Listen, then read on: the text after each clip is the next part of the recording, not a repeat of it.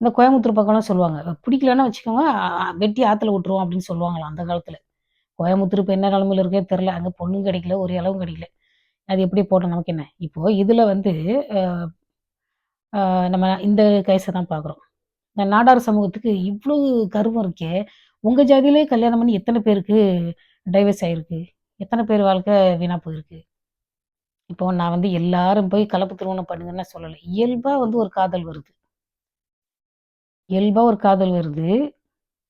அத கொஞ்சம் கொஞ்சமா போன தலைமுறையில மாரி போன தலைமுறை, அதுக்கு முந்தின தலைமுறை மாரியே இப்பவும் நீங்க யோசிக்கிறீங்களே! அதுதான் எப்படின்னு நான் கேட்கிறேன். இவ்வளோ இப்படியே நகை நாங்க போட்டுருக்கோம், நெறைய நகை போட்டுருக்கோம். என்ன நீ எல்லாம் அள்ளிட்டு போறீங்க? ஒரு குண்டும் ஒரு குட்டி பொருள் கூட அவங்களுக்கு குடுக்க மாட்டானுங்க. இங்க பாருங்க எங்க அம்மா சொல்லும், இந்த தோடு வந்து கிளீன் பண்றப்பலாம் சொல்லும். இந்த தோடு, இது வந்து பிளாஸ்டிக் தோடு. பிளாஸ்டிக். என் பையன் வந்து மதர்ஸ் டேக்கு $7 குடுத்து வாங்கி குடுத்தான். ஸ்கூல்ல இருந்து இந்த கிஃப்ட்டெல்லாம் வச்சிருப்பாங்க. அது என் பையன் வாங்கி குடுத்ததுனால போட்டுருக்கேன். இந்த தோடு எதுவுமே குடுக்க மாட்டாங்க. தோடு, மூக்குத்தி இத்துக்கூண்டு மூக்குத்திய கூட கழட்டிருவாங்க. ஆனா, இந்த நகை வச்சிருக்கோம், நகை வச்சிருக்கோம்ன்னு இவங்க ஆடுற ஆட்டத்த பார்த்தா, இது வந்து இதெல்லாம் வந்து நார்மலான ஒரு மனநிலையே கிடையாது. ஆமா, நகைங்கிறது ஒரு பொருள் தான். அது வந்து ஒரு சேவிங்ஸ் தான். தேவைப்படுறப்ப அடகு வைக்கலாம். நீங்க நகையா போட்டுக்கலாம். ஆனா, எதிர்ல இருக்கிறவன் பிள்ளைய கொலை பண்ற அளவுக்கு உங்களுக்கு இந்த நகை தான் பெருமை, இல்ல நாங்க ஜாதி பெருமை அப்டின்னா, நீங்க ஒரு நாளைக்கு திரும்பவும் அடிமைப்படக்கூட வாய்ப்பு இருக்கு. நீங்க ரொம்ப ஆட்டம் போட்டீங்கன்னு வச்சுக்கோங்க, என் மனசுலருந்து நான் சொல்றேன். நீங்க ரொம்ப ஆட்டம் போட்டீங்கன்னா, திரும்பவும் நீங்க மறுபடியும் பழைய இடத்துக்கு போக கூட வாய்ப்பு இருக்கு. நீங்க யார நம்பி இருக்கீங்க? நான் தெளிவா கேட்கிறேன். யார நம்பி இருக்கீங்க? கஸ்டமர நம்பி இருக்கீங்க.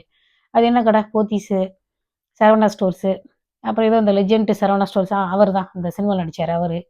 எத்தன நாடார் மளிகை கடை இருக்கு. இதெல்லாம் எல்லா ஜாதிக்காரங்களும் நம்பி தானே இருக்குது. வெட்கமா இல்ல? எங்க அம்மா எங்க ஊர்லலாம் சொல்லுவாங்க. "என்ன பெரிய மளிகை கடை? இறைச்சி அதாவது இறைச்சி பொறுக்குற வேலை" அப்படிம்பாங்க. அதாவது ஒரு 1,00,000 போட்டு அதுல ஒவ்வொரு பொருளையும் ஒரு 50 காசு, ரூ. 1/4 ரூ. 1 தான் லாபம் வச்சு விப்பாங்க. அது அவங்களுக்கு அந்த டெக்னிக் தெரியும்.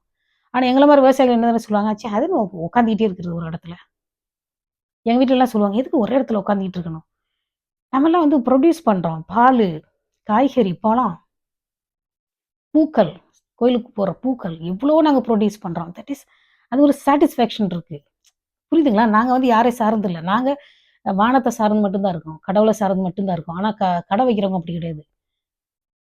நீங்க கணக்க சார்ந்து தான் இருக்கீங்க. இத எப்படி கணக்கு பண்ணணும்? எப்படி எடை போடணும்? இது கணக்கு சார்ந்து இருக்கீங்க. நீங்க வந்து சார்ந்து இருக்கிறீங்க. நீங்கலாம் பெரிய புத்திசாலின்னு நெனச்சுக்காதீங்க.